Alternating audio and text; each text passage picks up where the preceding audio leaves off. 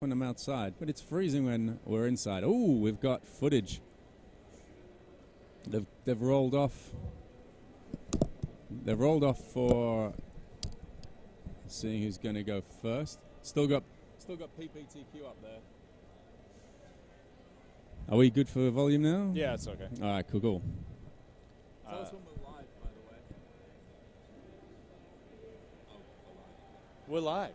Oh, okay. Well, here we go. This is so we'll just kick off and let you know what we're doing. This is David and Aaron from Sevenland Hand, bringing you the Gathering Magic Championships from Good Games. It's like a field of attacking koalas. A select group of Magic players have descended on PAX Melbourne to compete for the Good Games Magic Championship. Who will rise above the rest on the back of a white wyvern? I'm feeling like that speech was not off the dome. Was that pre-prepared? That was a prepared That was part. the prepared bit. Okay, We're winging it from now on. Winging it from here. So quickly, we're looking at Ryan and Zikai just getting themselves ready for their feature match. We're just going to cover a few facts, get your viewers up to speed on what this thing is about. Who's our head judge today? Our head judge is Amelia Wales, very capable judge. Yeah, she will be doing all the judge calls, and we've got to let her know when they're ready to go. Yeah, and, hopefully someone will let them know. And the players today, we're looking at Ryan Cubit, he's from Tasmania, and Zikai Zhai, he's the Victorian player in his home state. Mm-hmm. We've got 6 other dudes. Who we got? So we got Patrick McGuckin, young lad, 15-year-old, all the way from Queensland, where he plays at Fraser Coast. Yeah, and then there's Zach Zheng from New South Wales. Jack Zheng. Jack Zheng. Yeah. What did I say? Zach Zheng. Pronunciation guide's gone already. Speaking of guides, Matt Giudis from the ACT. Yeah. Jack Bierman from South Australia. We've got Dave Giddin from Chicago, USA, already flown winning all the way from the US. Yeah. We mentioned Zach, and then of course we've got Zach Sear from WA. From WA, yeah. And we'll try not to be biased, but that's who we're going for. Well, that's where we're from, so we have to. Legally, we're required to support Zach Sear from WA, and then here in the feature match, Ryan Cubit and Zikai Z. Just looking around. We know what decks these guys are playing, so we can give you a bit of a heads up on what we're going to be looking at. So what's Ryan basically playing today? Ryan is playing a very spicy brew. He's playing the mono-red Dragons list. This is a mono-red aggro deck that, rather than being powered by all the burn spells and everything, instead plays Sarkhan Fireblood and a bunch of the big dragon payoffs, as well as the Experimental Frenzy Runaway Steamkin package that we've seen in the current standard. This was a kind of a left field surprise deck, wasn't it, with the big dragons? We weren't kind of expecting to see that. Yeah, because like the mono red deck takes the aggressive route, but this can play the aggressive and the mid range game.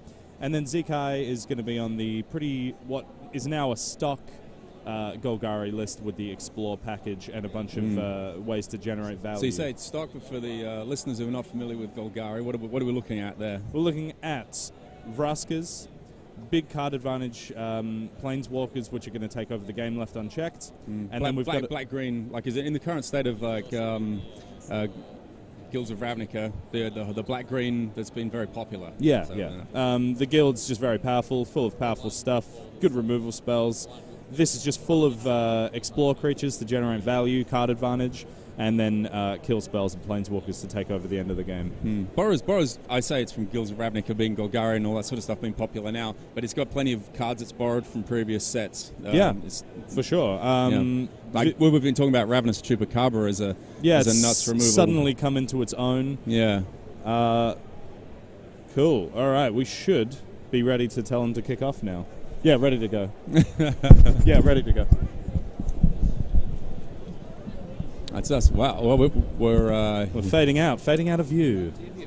Yes, I do. Okay, here we go. I think they already rolled to see who was going to go first. We missed that bit because we were plugging around. Overhead views. Dynamic overhead view now. Nice play, Matt. Lovely play, Matt. Polish up. All right, what can we see that's happening here? So we can see in Ryan's hand, he's got a Shivan Fire, a bit of removal. He's chucking it back.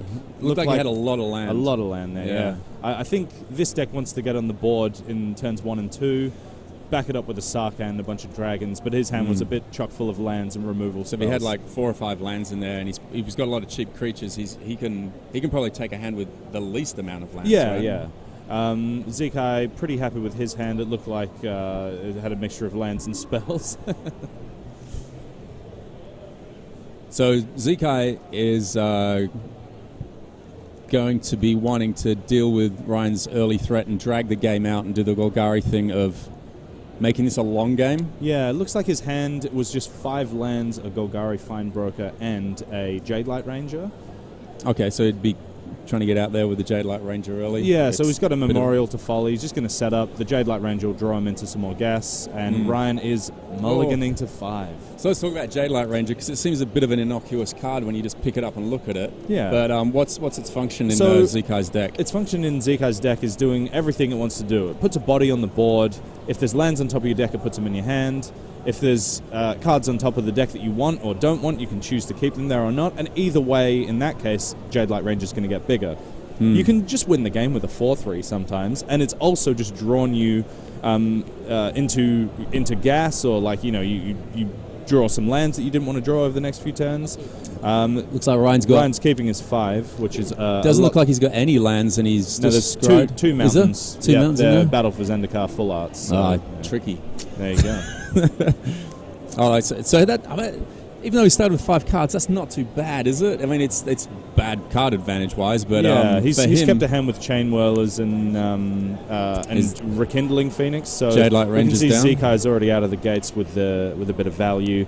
Jade Light Ranger dumping a Merfolk Branchwalker, exploring again, looking at a second Merfolk Branchwalker. Yeah, so the Jade Light Ranger is going to be a 4/3 on dump turn that again. 3. That's right, because it explores and then explores again. Yes, correct.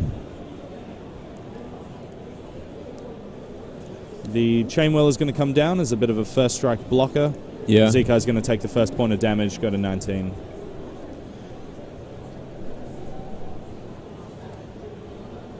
Tapping out for Vraska. Golgari Queen. Immediately neg 3 and use the Abrupt Decay ability to blow up a permanent with converted mana cost 3 or less. The amount of options that Zikai has with the Planeswalkers in his deck is nuts, though, right? If you have a number of Planeswalkers coming down, you get, Well, there we go. And the second copy of Chain Whirler, because Vraska comes down. If you neg 3, she's going to be a little weak. Only one thing left. Chain Whirler, easy prey for the Whirly Boy. Whirly Boy. That's what his mates call him. Now, this is a classic Golgari play. They've worked their butt off to get rid of your Planeswalker, and then you just play a 3/4 that just draws it right back from your graveyard to your hand. So Golgari Finebroker, one of the most powerful uncommons in the whole set. 3/4, return a permanent from your graveyard to your hand when it comes into play. Getting back a Vraska or something is just an incredible amount of value. Because he's playing 2 Vraska Relic Seekers and 2 Golgari Queens. Yeah. So he's not too deep in them, but the ability to get it back again. And just it seems like Red's in an okay position at the moment, but if we remember that he mulliganed to 5, and the Golgari's drawn 2-ish cards worth of value on top of that, he's got a land that can get creatures back from his graveyard again. It's going to be really hard to stop the Golgari value train. Ryan's already running out of options, and the Golgari thing's going to go long, which is exactly where it wants to be. So right about now in the game, Ryan would want to be on the front foot, just swinging in and taking chunks out of him, and it's just not happening. So bit of a scorch adjusting the life totals here. Zikai's taken 2 damage from the 2 Chain Whirlers triggered abilities. Rekindling Phoenix taking out the Chandra there, and he's playing the Runaway Steamkin and a second copy of Runaway Steamkin. Nice. So Runaway Steamkin, that's a card that we did a spotlight on, which in a video that is coming up soon. You want to give us a quick run through on what that card's about? Runaway Steamkin's a 2-mana 1/1. Every time you cast a red spell, so this is every spell in his mono red deck, it gets a +1/+1 counter if it has 3 or less. Then you can remove 3 +1/+1 counters from it to add 3 red to your mana pool. Yep. Where this card excels is you play it on turn 2 and then you back it up with a bunch of cheap spells. And it also really combos very well with Experimental Frenzy. It does cap at 3 +1/+1 counters, and so it gets up to a 4/4. Mm-hmm. Yeah. Which is pretty great, because you're getting that for nothing, since in mono red, everything that you do, if you're casting spells, is a red spell, they're going to get bigger. So Zikai here has a lot of options in his hand. It looks like the split card Finality is in there. He's got 6 lands in play, so he's wondering, I think, now whether he wants to wipe, put the 2+1/+1 counters on his Finebroker and wipe the board, but then the mono red Phoenix will just come back into play. Yeah. So attacking for 7 there. Ryan's gone all the way down to 9.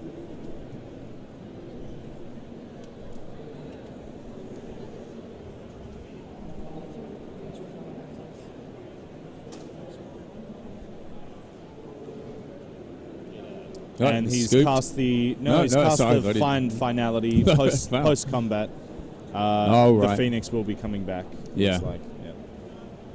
I just saw these cards come off the table. I go, wait a minute! I was looking away. That's the big sweepy Finality. Yeah. What's your other option on Find or Finality? So Find is get 2 creature cards back from your graveyard to your hand. Yep. We've got the very, very cool. All right, so he's played Direfleet Daredevil, which sees a little bit more modern play than it does standard. Yeah. When Direfleet Daredevil comes into play, you can cast an instant or sorcery from your opponent's graveyard, as if your mana could cast it for any color. Any color, yeah. So the mono red deck has just played a 2/1 first strike that cast Find from Zikai's graveyard.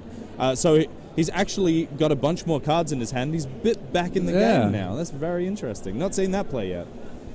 That is cool, isn't it? Because that was what we were worried about in terms of, and I guess Ryan was worried about, was these amount of options. We had a few card selection. He's going to run out of cards, yeah. But now he's got options.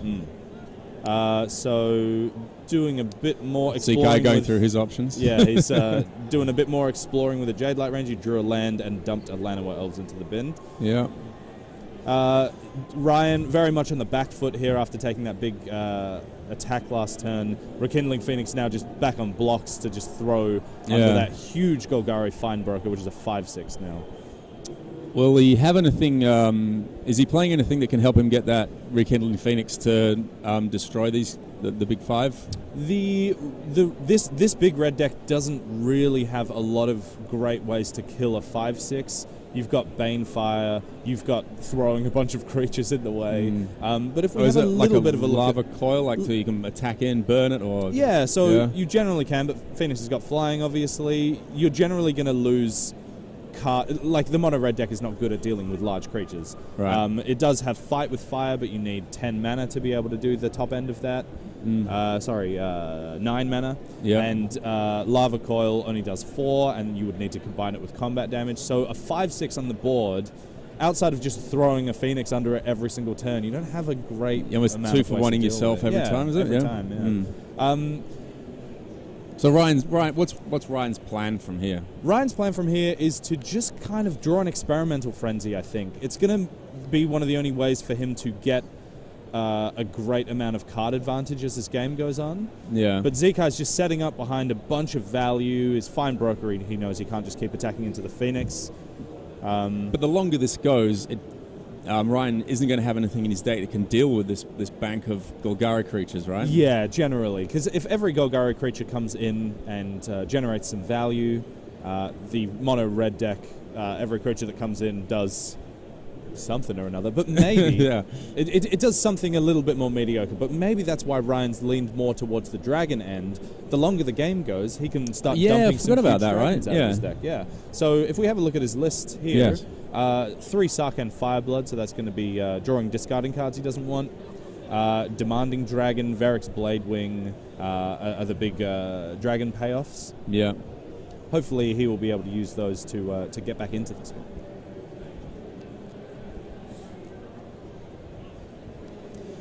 At least, there's another runaway Steamkin. Chain Whirler. Yeah, taking the 3rd point of damage, Zikai here. And wondering whether he can start attacking with the Phoenix. I think he's got to start doing it at some point. He's got to win the game with something. But that Finebroker is going to start crashing in as a 5/6 very soon and be making his life... What's the Direfleet Daredevil doing for him now? Is it just a 2/1 first strike? Okay, so is he just going to? That's probably going to end up as being a chump blocker, or is it going to have some sort of other use? It can actually combine with the first strike damage of Chain Whirler to do anything. Double block or something like that. To double block. But again, that's only 5 power of first strike damage against that 6/5 broker there. Now Zikai's set up behind a Vivian Reed, which is going to draw him a bunch of cards. You can look at the top. Her plus ability is look at the top 4 cards of your deck and get a creature or land and put it in your hand. Right. He's played the Wild Growth Walker here, so we can start generating a bit of explore value. But now no cards left in hand, so it's up to Ryan to deal with the Vivian Reed and all the stuff that's on the board now too. Vivian Reed, easily, I feel, the most unimaginatively named Planeswalker ever. Correct. Yeah, I call her Dr. Vivian Reed. Oh, that sounds good. I'd play that card. Yeah. I'd have her work in my ER. So goodbye to the Wild Growth Walker. It's been exiled with a Lava Coil. I think he knows that once the life from Wild Growth Walker starts stacking up, it's going to be harder and harder for the red deck to win. Yeah. Finally attacking him with a Phoenix because he's got to get that Vivian Reed down. She's going to be shooting a Phoenix out of the sky every turn otherwise. Right. So is he attacking straight into the Planeswalker? Yep. Vivian's on 2 counters now. Yeah. Ticking it up to draw a creature or land from the top 4 of his deck. Oh, there's a Llanowar Elves in there. Oh, that's probably not what you want right now. Probably not. It's a big 1/1, but not this time of the day. It's a powerful 1/1 historically. I think I saw another Jade Light Ranger in there as well, which would have gone really nicely with his Wild Growth Walker before, but now I think it's just going to generate him a bit of value, help him draw some lands he doesn't want to draw. Good choice. Jade Light Ranger, very nice. Rest of the cards going on the bottom. And assessing how many? Has he got options. 2 cards in hand, has he? 2 cards. The card that he drew for the turn and the thing he just got off Vivian. Yeah.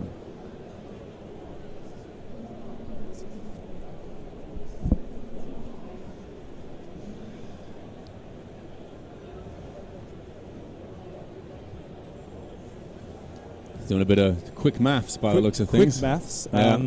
Really, his only great option is with the Fine Broker, but then he would possibly take a bunch of damage on the backswing. The other card in his hand he drew for the turn was a Vraska Relic Seeker. So maybe if that comes down, it's going to do a lot of work letting Zikai gain control of this game. 2 Planeswalkers in play is going to be pretty insane. What's the purpose of the Relic Seeker? The value in that? What, flooding the board with dudes with or pirates? pirates? The next 3 destroying. destroys a creature, enchantment, or artifact and makes a treasure. The fact is, just the longer it stays around, you just get more chances to burn through your positions. Yeah, exactly. Yeah. And the more bodies you commit with the plus ability, it just means that the mono red deck's going to struggle to get past that wall of just stuff that Zikai's creating. It feels like we're pretty down on Ryan's chances from early on in this match, but he's hung on for a lot longer than what I thought. He sure has. I mean, the mono red cards that he's playing are actually more like Golgari cards. Right. Because we were saying that Golgari's power is in generating value off every single thing that it plays. The mono red deck, Rekindling Phoenix, very hard to kill. Direfleet Daredevil, cast a spell from your opponent's graveyard. Runaway Steamkin both grows for aggressive things, and you can generate mana off it. Yeah. Chain Whirler wipes out things, pings Planeswalkers, hits their life. So all the mono red cards are quite value heavy as well. You're not looking at something that's just like, I don't know, that silly Gitu Lava Runner, which is like it's just a 2/3 haste. So. All right, so he's doing bringing the double block down after. So odd that Zikai went for the attacks after tapping out, knowing that the Fine Broker would just only trade for one of the 2 3/3 creatures. So maybe not the best attack from Zikai there. This could be a way that Ryan gets his horse back in the race. So he's got 2 lands and it looked like a Demanding Dragon. A Demanding Dragon. All right. So Demanding Dragon, 3 red, 5/5. When it enters the battlefield, your opponent can sacrifice a creature. If they don't, they lose 5 life. It's pretty strong. Yeah. It's very demanding. Some people have said. Double red's quite demanding on the mana. We missed Vraska coming in and tapping up for a Vraska just ticked up. I think Zikai realized that making a bunch of pirates to flood the board with is going to be a bit more valuable than just killing a random. It's like a foil demanding dragon. I would like to point out when I saw that go down. And as you can see here at the GGMC, we're all using all genuine tokens.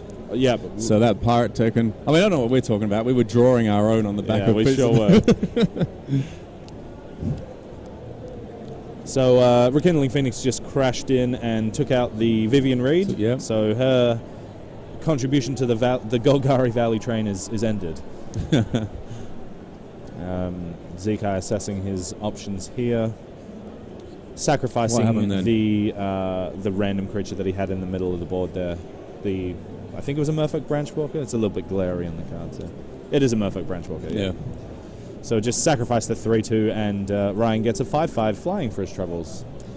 Now that land that he's got there Memorial to Folly. Yeah, which is, so what's the what can you use that? What are the options on so Memorial it to Folly? comes into the battlefield tapped and taps for black, like a swamp. Yep. And it also has 2 and a black. Sacrifice this. Return a card from your graveyard to the top of your deck. So if you get a cool Chupacabra or something that you really want to blow up, you can buy it back with Memorial to Folly and make sure that you draw it in the next turn. Combos really well with all the Planeswalkers, which draw you a card or 2 generally as well. Yeah. Now the big power play, blowing up the Phoenix with Relic Seeker pre-combat. Yeah. And then casting Find Finality, putting the counters on his Jadelight Ranger, and wiping the board so that pesky Phoenix is out of there. It did give all creatures -4/-4, so the Demanding Dragon's a 1/1. The Jadelight Ranger is a 6/5, so it's a 2/1 there. But I guess he doesn't want to sacrifice his 1/1. Ryan, unfortunately, drawing just another land there. But he does have a big dragon in play. Yep. Not much change in the life totals recently, but it's been all Planeswalkers all day long. And he's just bought back the Golgari Findbroker with Memorial to Folly. There you go. Just as well we got that explanation in time.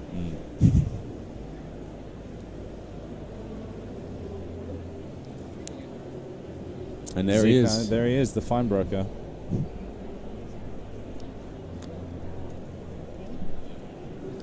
Getting back to Vivian Reed and blowing up the Demanding Dragon. What a huge swing. Like, this is the Golgari deck at its finest, really. Just every single card. Yeah. They're about to shake hands for the game on, and they're like, we still got another match to play. Still got another game to play. We can't touch hands until the match is over. Yeah, so game 1 goes to Zikai G. Ryan, unfortunately, mulliganing to 5 and unable to withstand the value from the Golgari Doing it deck rough. there. Okay, so Ryan, I mean, obviously, he's got to take into consideration that he mulliganed down a 5, but he's seen the deck he's playing against now. It's a deck he'll have recognized. He'll have some answers in his sideboard that he'll be bringing in, yeah? Yeah, you'd hope so. So let's have a What's look he at thinking Ryan's of? sideboard. So he's got a couple cards to help him against the Mirror. Fountain of Renewal, Fiery Cannonade are going to blow up the small creatures there that he plays against in mono red mirrors. The cards that he's really looking for are Star of Extinction, which is a very exciting one, which we'll talk about in a sec. Yeah. 2 Sorcerer Spyglass, which is an artifact.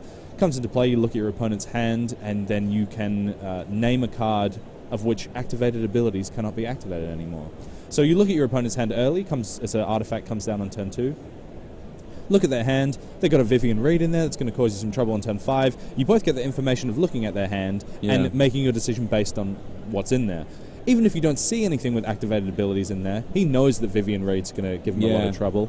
So he can say, I don't want you to activate abilities of permanence named Vivian Reed in this game, and he can stop his opponent from doing that. That's huge. That's huge, right? Yeah.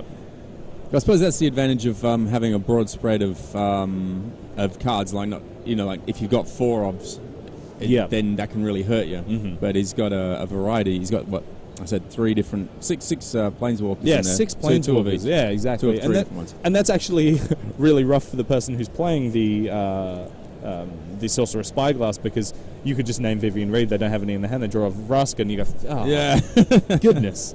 And then, so he's got a few other things. I think what the red deck is trying to do is still get on the board early because you can't compete with the value from this deck. Yeah. Especially So with those... none of the removal? Like, you would go for removal, you'd go for... Because every removal spell just gets replaced by another, generic dude. They play Jade Light Ranger, they play Merfolk Branchwalker, they play Chupacabra. You don't want to be using removal on those things because they'll just buy them back with all that cool graveyard stuff. Yeah. So they really have to get on board. I think it's going to be really quite tough for the mono red deck to get over... I don't know if I've said the word value enough, but the value of the Golgari. I don't think we've said any of our hot words yet. What were we going for? Slick. Slick. That was one we thought would hit a lot. For hot plays. Yeah, hot plays. I think we said we were going to say value a lot because Golgari mid-range is just the most value-generating deck. Let's have a little bit of a look at... If you're playing the GGMC drinking game, it's value is value. what we're playing on. Value. And if you're under 18, just ignore everything we just said. You drink a bit of pop. Yeah. Okay, let's have a little bit of a look at Zikai's sideboard. So we've got 2 Deadweight, 4 Duress, 2 The Eldest Reborn, 2 Wild Growth Walker. So to get, again, it's going to help him stabilize with the life, with all the Explore stuff. I can imagine that he would have sideboarded a couple of those in. Vraska's Contempt is going to help out a lot against the Phoenix, which is a huge problem. Yeah. And we also... It is because it, what's the benefit of exiles the creature or planeswalker rather than just destroying destroy it, so you don't get the token, so you don't get to come back. Yep. And we also have Deathgorge Scavenger in there, which is a dinosaur that gets buffed when it exiles things from your opponent's graveyard. So Ryan and Zikai shuffling up for Game 2. Very exciting stuff. Here at the Good Games Magic Championship. I hope for Ryan's sake we get to win here, because then you can go long into Game 3. Into Game 3, yeah. I don't know. Looking at the sleeves here, Zikai playing some sort of... They're not... What sort of sleeves are they? They're not like... We'll have to cross to our sleeve experts. Sleeve They're playing Eclipse. Yeah, they're playing Eclipse. Yeah.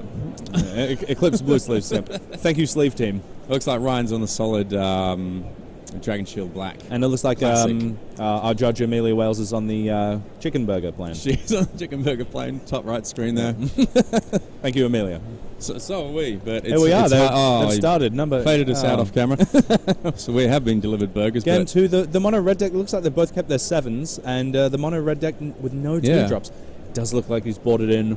That Star of Extinction, though. Oh, cool. So Star of Extinction, 7 mana spell, destroy target land, deal 20 damage to each creature. So the mono red deck is trying to outvalue the green deck. Wow. Oh, let's just hope we get to see that. Playing a strong 4-land hand. Yeah, on the battlefield right now. Very interesting choice for Ryan here. Does he stick with the cards in his hand, or does he throw the cards in his hand away and only play with the top of his deck, experimental frenzying? So he can. Is that because he just wants to go long to the Star of Extinction, right? Yeah, well, no, he can't play the Star of Extinction in his hand. But now. he can sack. He can sack it. Yeah, experimental frenzy when he's in a position to play it. But what he's trying to do here is actually change gears on the Golgari deck and be, I'm the one who's generating value now. So every single card that he flips off the top of his deck, if he can cast it, he can play it. Yeah. And then if he draws a land, he can play the land off the top. If he draws another spell, he can do that. So he's hoping to just draw into all the cool stuff. So ignore the stuff that's in his hand. He just drew a Sarkhan Fireblood. His Experimental Frenzy has drawn him into a Fight with Fire. So we can see the power of Experimental Frenzy here. You're just going to be like chewing through whatever's on the top and just pointing removal spells at this. Play whatever creatures, whatever, and eventually, hopefully, drawing... and Vivian Reed's come down and destroyed the Experimental Frenzy. That shows the value of it right there. Yeah, Vivian Reed's... He looked at 2 cards. He played 2 cards off of his deck. Rough stuff for Ryan there. He was about to set up a big game behind that frenzy. So this is why Vivian Reed, maybe when the set came out, people weren't excited about it. She minuses to destroy an artifact, enchantment, or creature with flying, classic green abilities. Yeah. But we were like, what artifacts or enchantments are we even going to be blown up? What creatures with flying? It turns out there's a lot of great creatures with flying. Varric's Bladewing over there, just been pumped out by a Sarkhan ability. Which has just entered the battlefield. Which is now the dragon side of the mono-red dragons list here. Just search the top card of their library. Zikai has done that to pull out a Chupacabra.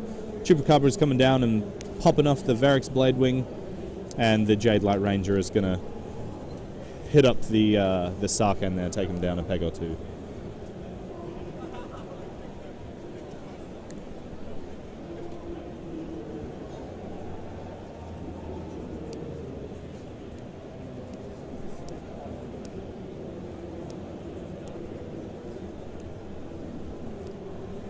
Ticking up Sarkhan. Ticking down. Discard. No, he's ticked him up from 1 to 2. Yep, Discarding a card to draw a card. And value incoming. Foil, Chain Whirler. So looks like one of the first life total changes there. Oh, maybe no, he's gained a bunch of life from the thing. So the life a little bit out of whack here. See if we can correct that.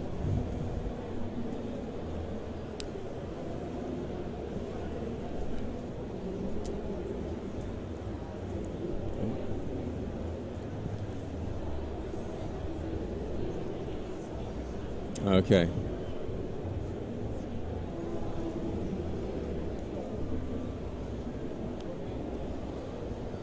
So the Golgari deck doing Golgari things and chewing through its cards with Explore, drawing cards with Vivian Reed, gaining a bunch of life from his Wild Growth Walker. Dead weight on the top of Zikai's deciding whether to keep that. That was a sideboard card I think he's put in. Yeah.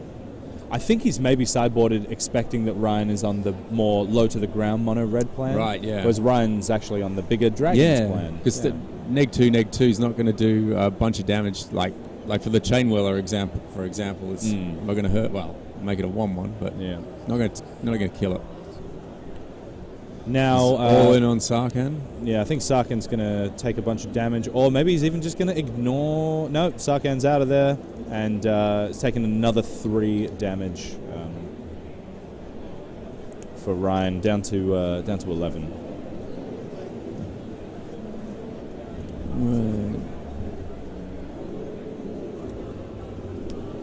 Couldn't quite see what he drew there.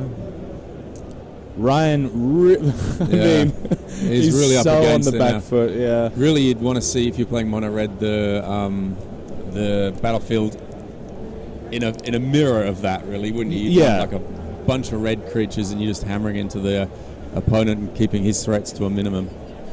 So I don't like. This is where Star of Extinction shines. Because it's going to be able to, once he hits a 7th land, which he was hoping to get off the frenzy, it will be able to blow up a land and then wipe his opponent's board. But behind a bunch of planeswalkers and stuff, it's going to be very difficult to catch up with. Yeah, so he's got 2 planeswalkers out at the moment. Looking at the top 4 cards of his deck with Vivian Reed, choosing the Chupacabra, so he's going to play it straight away. Now, the Star of Extinction does actually deal 20 damage to each planeswalker as well, so so Ryan is very, very, very much wanting to hit his 7th land if he does not die before then. So Chupacabra essentially sweeping the deck there by killing... Oh, nice. There's the Star of Extinction. So really this whole game hinging on whether Ryan draws a land as his card for the turn, because he is taking a bunch of damage. 11 going down. He's to lower than 11, going down to 1. Going down to 1. Okay, it's all on the top card of his deck. Draw Here we go. Draw a land. Is it the land? It's the land. Here we go. Star of Extinction. You weren't expecting that, mate, were you? Yeah. Blowing up the tapped Memorial to Folly, and here comes Amelia. Was there a judge There's a call? life total discrepancy here, so let's just make sure that this gets fixed up on our end as well. So does it. Thank you, Amelia. Because did you count he was losing 11 life? I was copying what Zikai had on his pad because I missed a couple of Explore life things there. Amelia looking refreshed there after eating a burger. Yep. Back with vigor. To fix up a life total discrepancy. Energetic judging.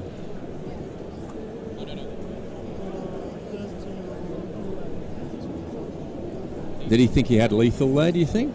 Is that what happened? I don't think so, because he changed his life total down to 1, but I think Amelia's noticed that on the 2 players' life pads they have different numbers written down, which is somewhere along the line someone has missed some life. I think that Zikai actually missed the Explore 3 life that I mentioned from the Merfolk Branch Walker. So it's probably more about Zikai's life. So it's more about Zikai's life might be higher. I think he's actually on 29 or something like that. I think that's what he's got written there. And Zikai just reading Star of Extinction. I got to pull these cards away now. Jesus. Well, you weren't honestly, if I was the Golgari player, I would be pooping my pants. So it's like start again, and anything that Ryan draws, it's going straight on the battlefield. It's going straight into play. So the Golgari deck does already have the Memorial to Folly in play, so he's going to be buying back something of value. And he does already have land, so it's not like Zikai is going to be spot for choices as well. He can probably play most stuff that's coming off his whatever he top decks as well.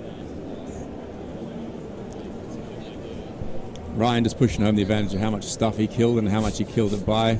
He might just reach across the table and start ripping up Zikai's cards. Just throw them away. It was such a bold hit. Yeah.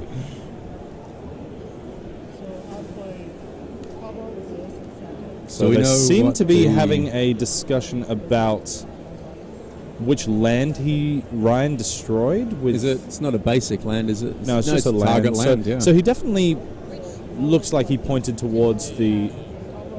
Yeah, he pointed at the Memorial to Folly. He pointed at the Memorial.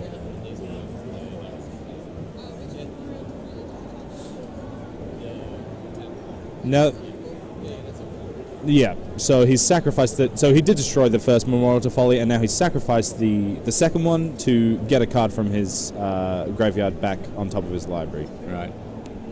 Which was a Wild Growth Walker, it would appear. And now he's played Finality to get the other 2 Explore creatures back. So the Golgari value train begins again. A bit of a reset. Hashtag value train. So Zikai going all the way up to 32. In a commanding position, even after being absolutely destroyed. Zikai's gone up to 32. Ryan on 11. On 1, sorry. It's on 1. Yeah. I was just questioning whether Ryan was I was like, I can see 11 on his pad there. Yeah. And there's the game. There you go. Well, look, that was exciting to see Star of Extinction come down and almost try and buy its way back in, but Golgari having too many options to get cards back out of the graveyard and into his deck. Yeah, like it's all just in play already for the Golgari deck. They put the Memorial to Follies in there, and even if you do something insane like wiping 5 creatures off a board and 2 Planeswalkers with 1 card, they just go, I'll just get it going again. It's just about building up that momentum. I'm going to stop saying the V word now. I'm sick of it. But I imagine we'll see Zikai on camera over the next couple of rounds bringing the Golgari. Well, we won't see him this. He'll be on a different feature match. Yeah, in the semi-final. Yeah. Congratulations to Zikai for making the semi-finals of the Good Games Magic Championship. I think it's a three round. Yeah, 3-round tournament. The winner will be given flights to any GP of their choice in the world, and apparently return flights as well. But in this first round, isn't it? There'll be 3 rounds of matches now, and then there's a break, and then we cut to a final 4, where there'll be two matches, and the winners of those will go through to a final, and that'll decide the winner. So we've got 3. They'll play 3 matches now. We should probably clarify this. Yeah, we'll clarify that. We'll be back to you with. I was at the judges' meeting, and that's what I heard. Okay. But I could have been distracted because I was. Oh, so it's not a knockout. No. Oh, there you go. I was making fun of tournament organizer Grady at the time. So, but you still got the information that you needed. Maybe I might have misheard it and got it all wrong. Shout out to Grady Chu, who was the tournament organizer. And when he gave his speech, he was standing in front of a huge Guildmaster poster behind him, which gave him power and made him look important. I respected him greatly after that. I expected him much more when he was standing in front of the huge sign. It was good. So Ryan, totally not out of it. He can It's just all about matchups now. And I think from the deck lists that we have seen, there's quite a lot of variance. It's a lot different to last year where there was a lot of... yeah, it's kind of like when I think Hour of Devastation had come out, and everyone was just on the Ramming Up Red plan, or maybe it was just after Ixalan had come out. And Ixalan had knocked out a bunch of stuff from Standard, but it hadn't really changed up the meta too much because Ixalan was a little underpowered. Yeah. So everyone was just on Ramming Up Red, still playing Hazarets, that sort of thing. So that's what we expected. We saw Demby from WA playing just Hazaret deck last year. So yeah, we're expecting quite a bit of exciting matchups today. I didn't think that we'd be commentating Mono Red Dragons versus Golgari, but yeah. Here we are. So that was a win for Victoria.